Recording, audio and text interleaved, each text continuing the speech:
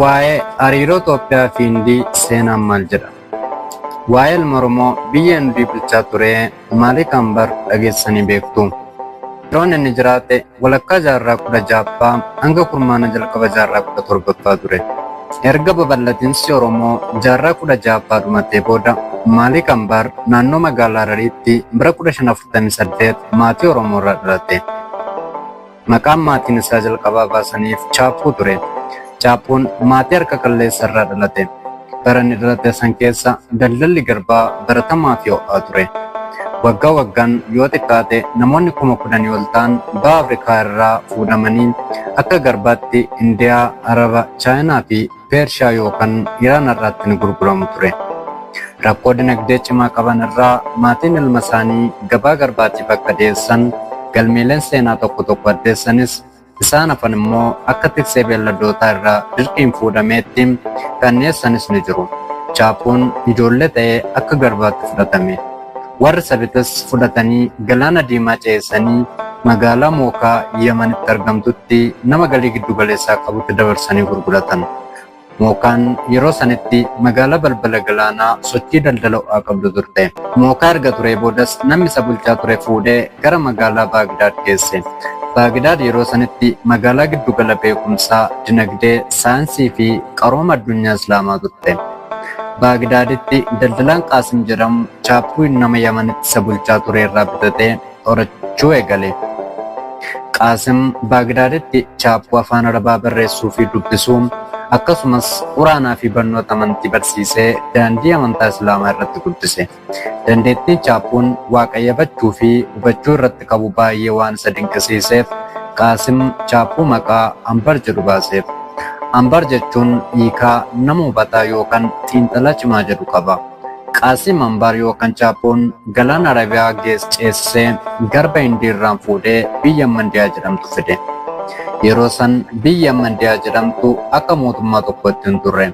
Naannoon tulluuwwan Deekaan Indiyaa keessatti argamu mootiiwwan yookaan sultaanota 5 kan Beerar, Baay'imni, Bijaapur, Golkondaa fi Ayimaan Nagar jedhaman qaba ture.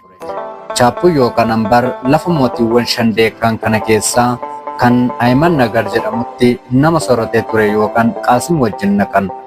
Qaasiminis nama ministeera mootii yookaan sultaanota Ayimaan Nagar keessaa tokko kan ta'e Chaangizii jedhamutti dabarsee gurgurate. Mootiiwwan yookaan sultaanonni Deekaan 5 kun bara san gara kibbaatiin impaayera Maagul irraa yaalii weeraraa cimaan irra deddeebiin isaan mudatee ture.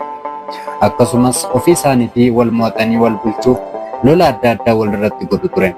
Lola aangoo fudhachuuf godhame keessaa tokko irratti horataan yookaan abbaan qabeenya Haaraan Ambar ministeera sultaanotaa Ayimaan Nagar keessaa tokko kan ture Chaangiziin bara 1576 ni ajjeefama.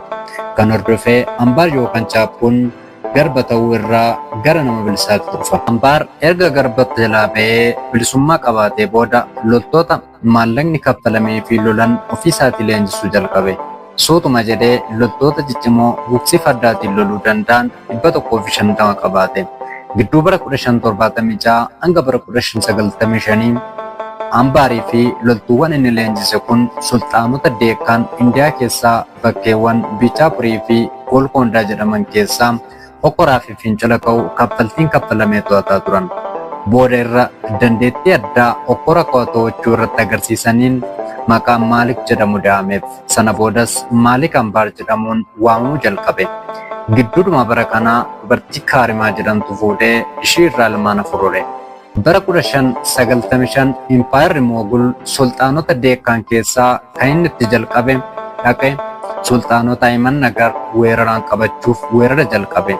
Maalik Ambaaris loltoota qabuun dabalata uummata sultaanotaa Deekaan keessan jira dadammaqsuu fi dachiisuun waraana 7,000 ta'uu horate. Bara 1597 yeroo impaayerri Moogul mootittii Ayimaan Nagar yeroo san injifatee turetti Maalik Ambar dhageettii dandeettii waraanaa fi fudhatama qabutti fayyadamuun warra Moogul erga ari'ee booda inni sanyii mootii irraa waan hin dhalatiniif bulchuu waan fudhatama hin qabneef maatii sultaanotaa keessaa mucaa tokko akka sultaanaa yookaan mootii Ayimaan Nagar ta'uu godhe. Mucaa mootii akka godhe kanattis mucayyoo isaatti heerumsiise. Mucaa mootii akka ta'u godhe kanattis mucayyoo isaatti heerumsiise. achi haala kanaan innis miseensa maatii sultaanotaa ta'e. Mucaan akka sultaanaatti yookaan akka mootiitti aangoo irraa taa'u malee murteewwan siyaasaa fi dinagdee murteessoo kan dabarsuu fi ajaju Maalik Ambaar ture. Bara 1605 Maalik Ambaar mootota shanan deekkaan tokkoon sun waraana cimaa loltuuwwan 50,000 qabu erga godhatee booda impaayera jabaa yeroo sanii impaayera Moogul lafa deekkaan isaan qabatan irraa ari'uun bilisa baasuu danda'e. Erga isaan ari'ee booda magaalaa bareedduu yeroo sanii Kiirkii jedhamtu ijaare. Magaalaan kunis masaraa mootummaa babbareedoo ta'an, iddoowwan bashannanaa fi fincaa'aa adda addaatiin akkasumas sochii dinagdee ho'aan guddataa dhufuun jiraattota 200,000 ol horatte. Maalik Ambaar magaalattiitti ujummoo sarara bishaanii diriirsuun magaalaa jireenyaaf gaarii fi filatamtuu akka taatu godhe. Bara 1610 mucaan inni akka mootiitti irra kaa'e mucattii isaatti heerumsiisee ture sun Sanyoo Baree intala biraa fuudhe. Intala fuudhe san wajjin jaartii isaa kan duraa intala Maalik Ambaar san diinumfachuu jalqabe. Maalik Ambaaris mootichaa fi jaartii isaa haaraa san summiidhaan dhabamaa isaan gochuun ilma mootichaa kan intalli isaa deessu kan inni akaakayyuutti ooluuf mootii akka ta'u gubbaarra kaa'ee ofii bulchuutti fufe. Warri maatii sultaanotaas akka hin komanneef faayidaa adda addaa kennee fi lafa raabseef. Warri impaayera Moogul yeroo irra deebiin sultaanota deekkaan Ayimaan Nagaarfaa weeraruuf ka'an Maalik Ambaar lolee lolchiisee fuuldura dhaabachuun isaan naafse. Kanatti kan aare mootiin Moogul yeroo sanii suura Maalik Ambaarii fi kan isaa kan inni Maalik Ambaar xiyyaan ittiin waraanuuf hojjechisiifatee masaraa isaa kaa'ee ture. Garuu akka hawwesan argee Maalik Ambaar waraanee ajjeessus ta'e mo'achuu hin dandeenye. Maalik Ambaar magaalaa ofii ijaare Kiirkii keessatti soodduu yookaan da'annoo guddaa ijaarrate.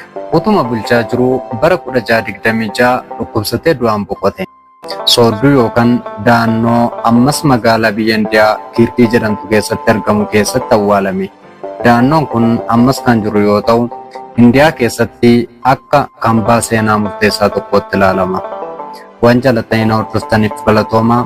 Gidduu Baayogiraafiidha.